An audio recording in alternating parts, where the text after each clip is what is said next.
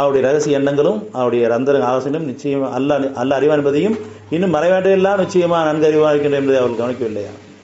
இப்போ நம்ம கவனம் வேணும். இப்பயும் சரி தவறாக இருக்குது, தவறு இருக்குது, நான் கவனிக்கலை ஆனால் தவறு இருக்குது, நம்ம பண்ணிகிட்டு இருக்கோம்.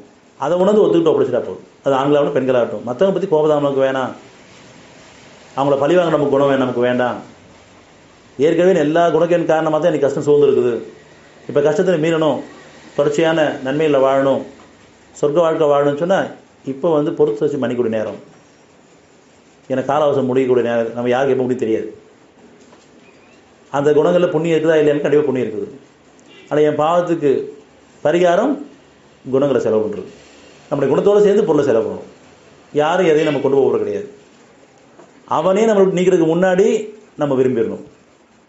ஒன்று நம்ம நிற்கிறோம், அல்லது நம்ம வீட்டுக்கு பொருள் நிற்கிறோம். கோடியாக சேர்த்து வச்சாலும் சரி, ஒரு நாளைக்கு அதை விட்டு நம்ம போயிடுவோம். அது நாம் இருக்கும்போது கோடியெல்லாம் போயிடுது. அதனால் எவ்வளோ காலம் வாழ்கிறோம் முக்கியம், எப்படி வாழ்கிறோம் முக்கியமாக இருக்குது. கவனமும் உள்ளச்சும் நமக்கு வேணும்.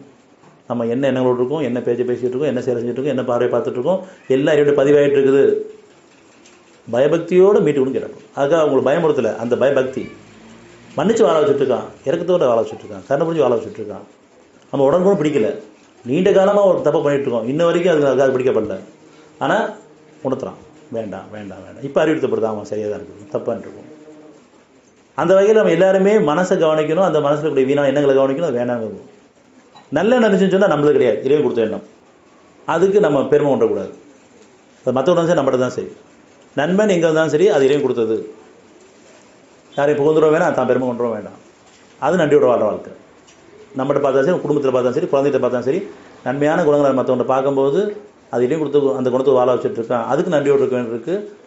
அந்த குணம் எனக்கு வேணுமேனு கேட்க வேண்டியது. பொருளடிப்பல் இல்லை, அந்த குணம் எனக்கு வேணும்.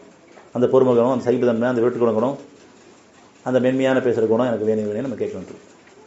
நம்ம பேசுகிறதுல மென்மை வேணும். லேசாக நம்ம சம்பாதிக்கிறதுக்கு கொஞ்சம் குரலை தாழ்த்திட்டா போதும், கொஞ்சம் அதிகாரமாக பேசுகிறது தவிர்த்துட்டா போதும். சொல்கிறோம், அது இயற்கையாக உயிர் வந்தாலும் கூட இரண்டு உதவி தேடணும். வேண்டாம், எதெல்லாம் இரண்டு உதவி தேடணுமோ அது இயற்கையாக மாறும். நமக்கே ஆச்சரியமாக இருக்கும், நம்ம பேச அப்படி இருக்குது, இது நம்ம பேசலை, இவன் பேச வைக்கிற அளவு. அது குடும்ப வாழ்க்கை ஆரம்பிக்க வேண்டும்.